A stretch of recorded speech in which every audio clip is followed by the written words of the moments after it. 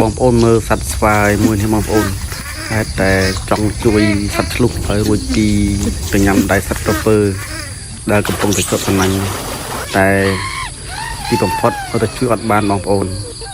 គាត់ទុច្ចរិតគាត់ណាស់គាត់ជួយសัตว์ឆ្លុះបានគួរណាស់គាត់មែនបងប្អូនអើយណាហេតុតែចង់ជួយគេមកសัตว์កុំមានចំណាំចិត្តល្អដែរបងប្អូនចង់ជួយគេតែជួយអត់បានគាត់ទុច្ចចិត្តគាត់ខូចចិត្តគាត់មកយំស្រែក